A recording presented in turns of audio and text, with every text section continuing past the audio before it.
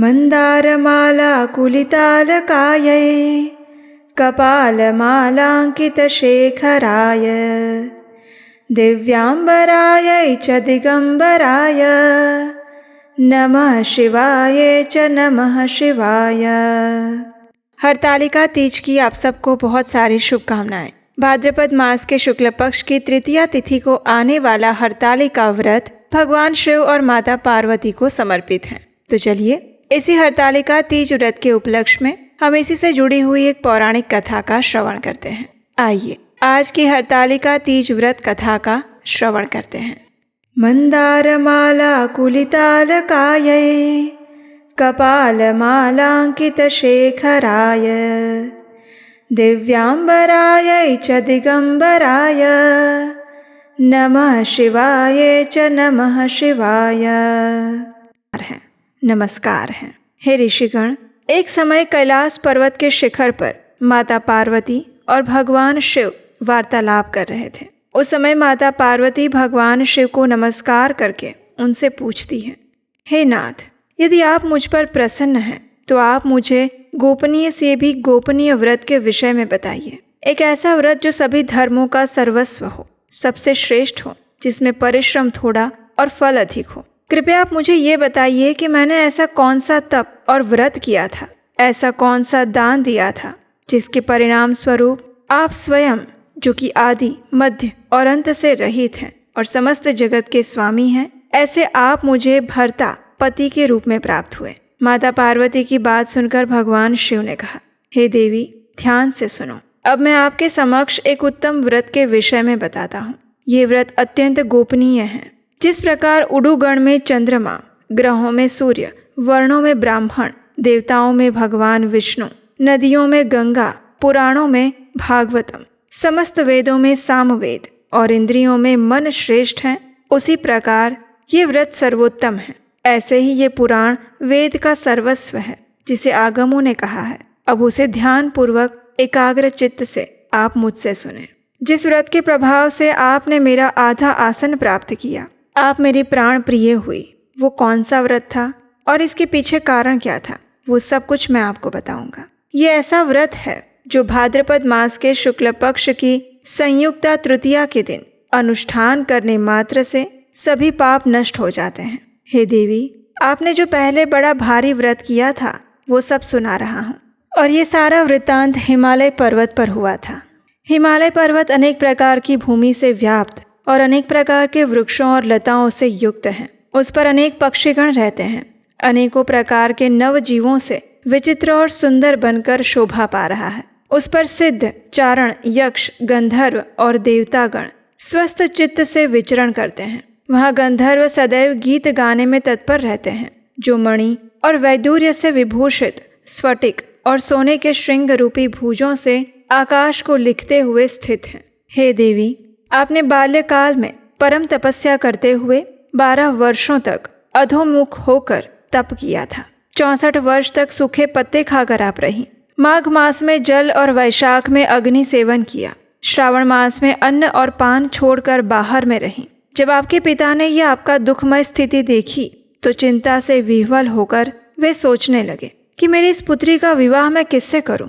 उसी क्षण धर्म को जानने वाले ब्रह्मपुत्र और आकाश मार्ग से यात्रा करने वाले देवर्षि नारद मुनि शैलपुत्री को देखने की इच्छा से हिमालय पर्वत पर आ गए। नारद मुनि को अपने घर में प्राप्त करके हिमालय ने अर्घ्य, पाद्य, विष्टर इत्यादि देकर उनका स्वागत किया और फिर अत्यंत विनम्रता पूर्वक उनसे आने का कारण पूछा। पर्वतराज हिमालय ने कहा, हे मुनीश्वर, आप किस उद्देश्य से यहाँ पर आए हैं? कहिए, आपका श्रेष्ठ आगमन मुझे बड़े भाग्य से मिला है। कृपया आपके आने का हेतु बताएं। तब नारद मुनि ने कहा, हे शैलेंद्र हिमवान, ध्यान से सुनिए। मुझे भगवान विष्णु ने भेजा है और उन्होंने कहा है कि आपकी पुत्री स्वरूप पार्वती एक कन्या रत्न है। उसे आपको किसी योग्य वर के लिए दे देना चाहिए। ब्रह्मा जी, भगवान विष्णु और भगवान शिव, इन तीनों में वासुदेव के बराबर कोई नहीं है और इसलिए आप अपनी पुत्री पार्वती को भगवान विष्णु को दे दीजिए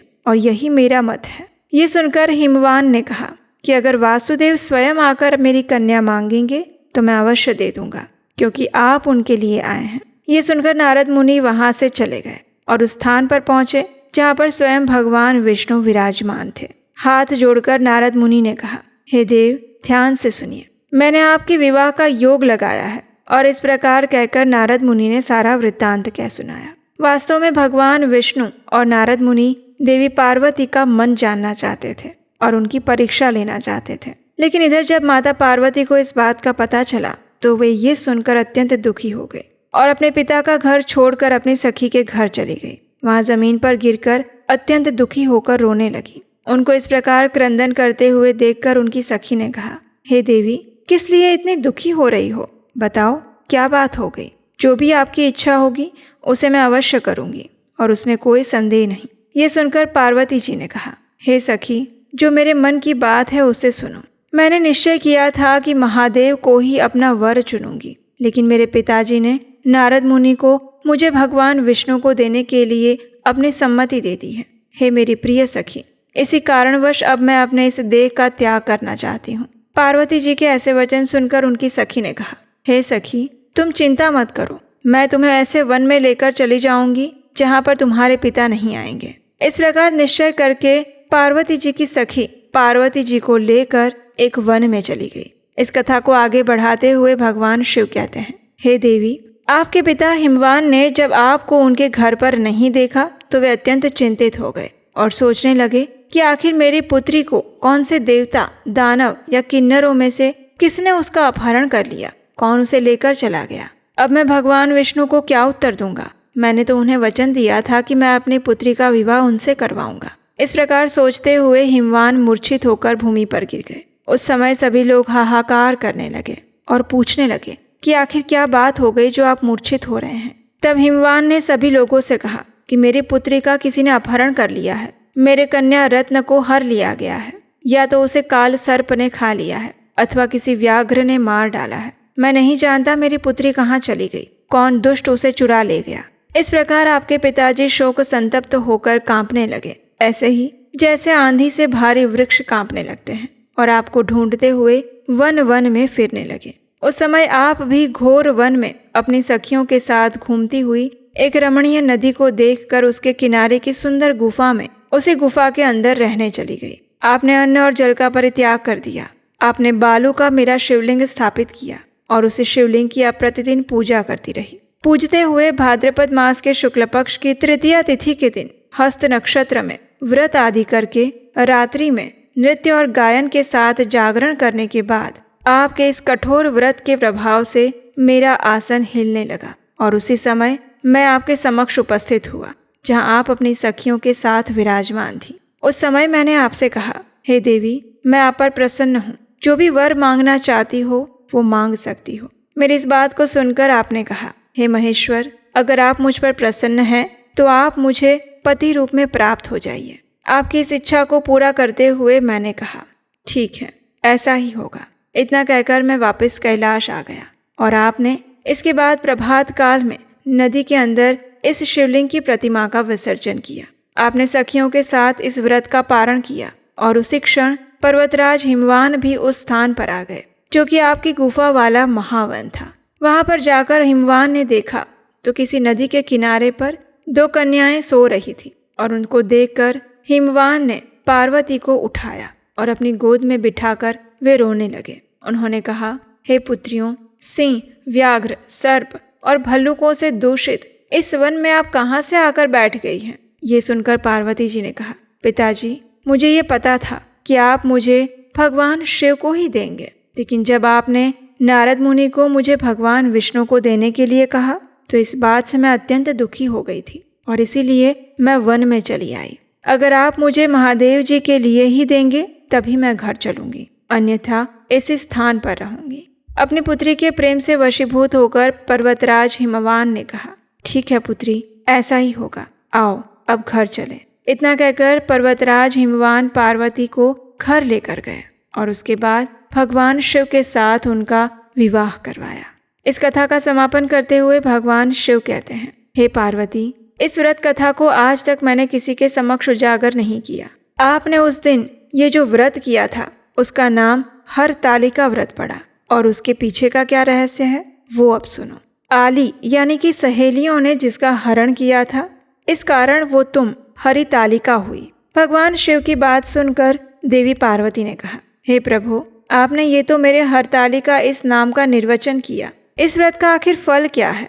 इसको करने से क्या पुण्य मिलता है और किसने इस व्रत को किया है, इस विषय में भी बताइए। तब भगवान शिव कहते हैं, हे देवी, ये व्रत स्त्रियों को सौभाग्य देने वाला है। जो भी स्त्रियां सौभाग्य की इच्छा रखती हैं, उन्हें प्रयत्न पूर्वक इस व्रत का पालन करना चाहिए। केला के स्तंभ से मंडित तोरण आदि करने चाहिए। अनेक वर्णों से चित्रित पट्ट वस्त्र से उसे ढकना चाहिए। सुगंधित चंदन से गृहमंडल को लीपना चाहिए और शंख, भेरी और मृदंग के बारंबार शब्द कराते हुए कीर्तन करना चाहिए। मेरे मंदिर में अनेक प्रकार के मंगल गीतों के शब्द करने चाहिए और बालुका का मेरा लिंग पार्वती सहित स्थापित करना चाहिए। नए गंध, धूप आदि और पुष्पों से मेरा पूजन करना चाहिए और अनेक प्रकार के नैवेद्यों से पूजा करके रात्रि में शिवजी और माता पार्वती का ध्यान और कीर्तन करते हुए जागरण करना चाहिए। नारियल, सुपारी, जंबीर, वकुल, बीजपुर और नारंगी आदि फलों से बारंबार पूजन करना चाहिए।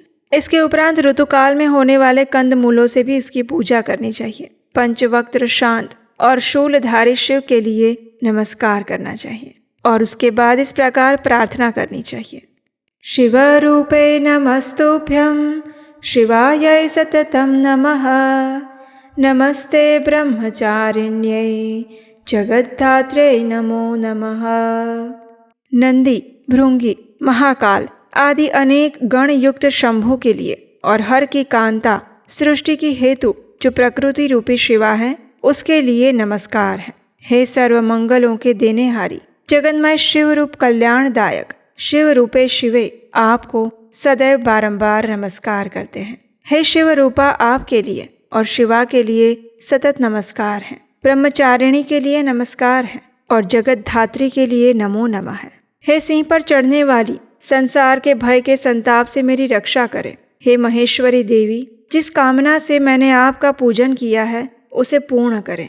हे अम्बा, हे पार्वती, वो राज्य, सौभाग्य और संपत्ति दीजिए जो किसी को भी सुलभ न हो। इस प्रकार इस मंत्र का उच्चारण करके मेरा और देवी का पूजन करें। यहाँ पर ये वार्ता भगवान शिव कह रहे हैं, इसलिए इनका तात्पर्य है कि इस प्रकार भगवान शिव से प्रार्थना करने के बाद भगवान शिव और माता पार्वती से प्रेम पूर्वक पूजा अर्चना और प्रार्थना करनी चाहिए। उसके बाद इस हरतालिका व्रत की कथा को सुनना चाहिए और विधि विधान के साथ इस व्रत का पालन करते हुए ब्राह्मणों को बहुत सारा अन्न और अपनी शक्ति के अनुसार वस्त्र, धन, गाय इत्यादि का दान देना चाहिए। आसपास के अन्य लोगों में प्रसाद का वितरण करें और स्त्रियों को आभूषण दें। भक्ति युक्त चित्त से पति के साथ इस कथा को सुने। हे देवी, इस प्रकार व्रत को करके मनुष्य सभी पापों से छूट जाता है। 7 जन्म तक इसका राज्य होता है और सौभाग्य बढ़ता रहता है। इस तृतीया तिथि के दिन जो भी स्त्री आहार कर लेती है वो 7 जन्मों तक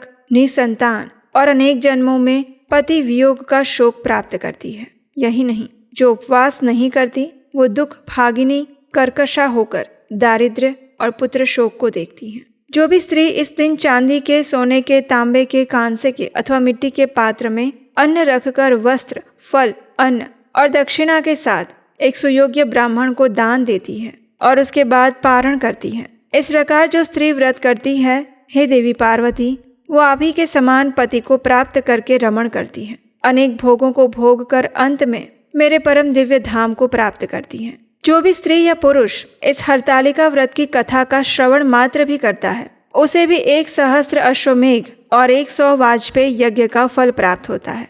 और इस प्रकार भविष्योत्तर पुराण के अंतर्गत भगवान शिव और माता पार्वती के बीच हुए संवाद में हरतालिका व्रत की संपूर्ण विधि और उसकी कथा समाप्त हुई। तो ये थी हरतालिका व्रत की संपूर्ण पौराणिक कथा। हमें आशा है कि ये कथा आपको अच्छी लगी होगी। इसका श्रवण करके आपने भी भगवान शिव और माता पार्वती की विशेष कृपा प्राप्त की होगी। ऐसे ही सुंदर कथाओं और व्रतों की जानकारी आपको मिलती रहेगी आपके अपने चैनल उपदेशाष्टकम पर। इसलिए अगर आप इस चैनल पर पहली बार कथा सुन रहे हैं और अभी तक नहीं किया है तो इस चैनल को सब्सक्राइब करके रख लीजिए, नोटिफिकेशन ऑन रखिए और हम आपसे मिलेंगे ऐसे ही सुंदर प्रमाणभूत व्रतों की जानकारी और पौराणिक कथाओं के साथ बहुत जल्द। हरे कृष्णा।